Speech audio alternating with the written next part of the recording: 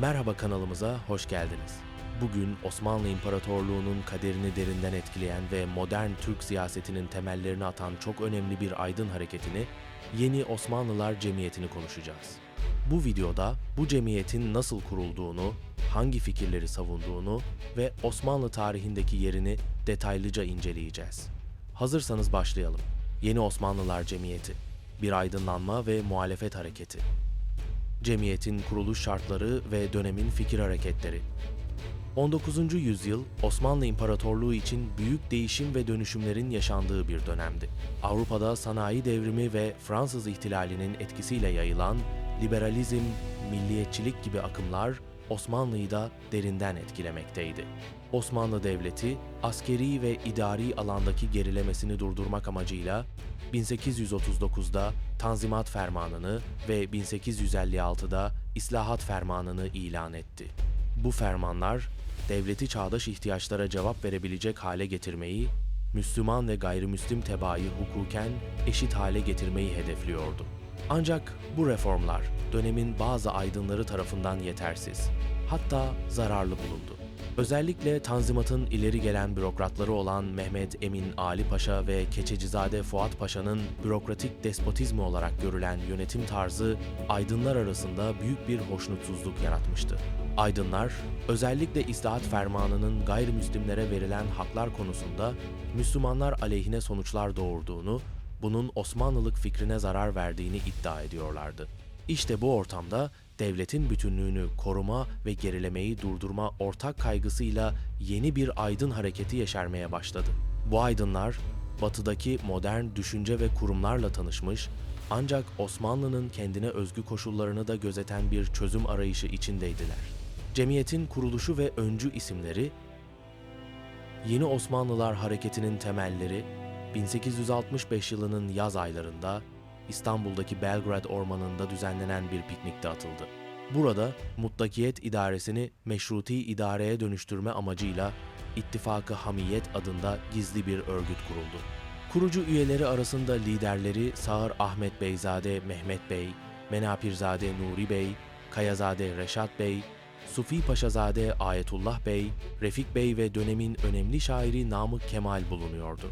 Bu isimlere daha sonra Ziya Paşa, Ali Suavi ve İbrahim Şinasi gibi önemli şahsiyetler de katıldı. Cemiyetin en önemli destekçilerinden biri Mısır Hidivli Prensi Mustafa Fazıl Paşa idi.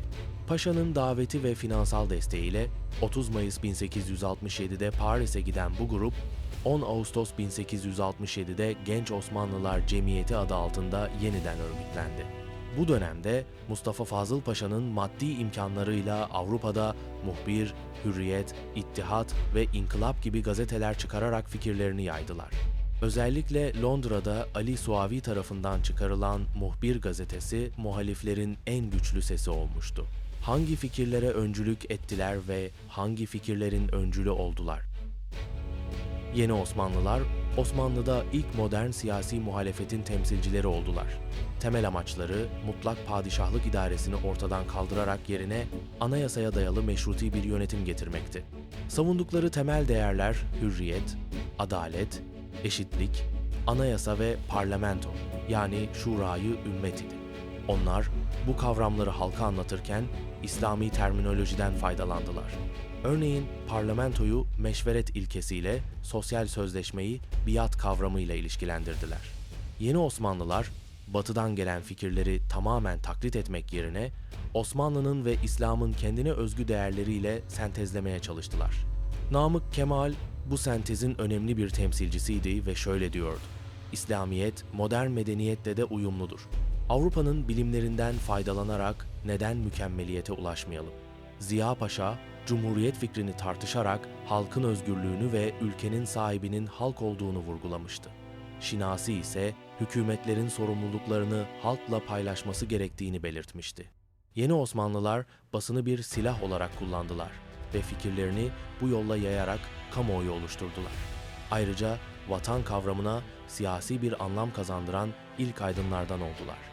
Namık, Kemal'in vatan sevgisi ve fedakarlık temalarını işlediği Vatan yahut Silistre tiyatro oyunu halkta büyük bir vatan bilinci uyandırmıştı.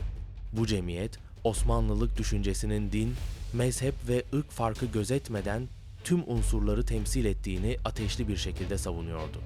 Aynı zamanda İslamcılık düşüncesini de önemli bir unsur olarak görüyorlardı. İslam'ı toplumsal birleştirici bir güç ve reformların meşruiyet kaynağı olarak ele aldılar.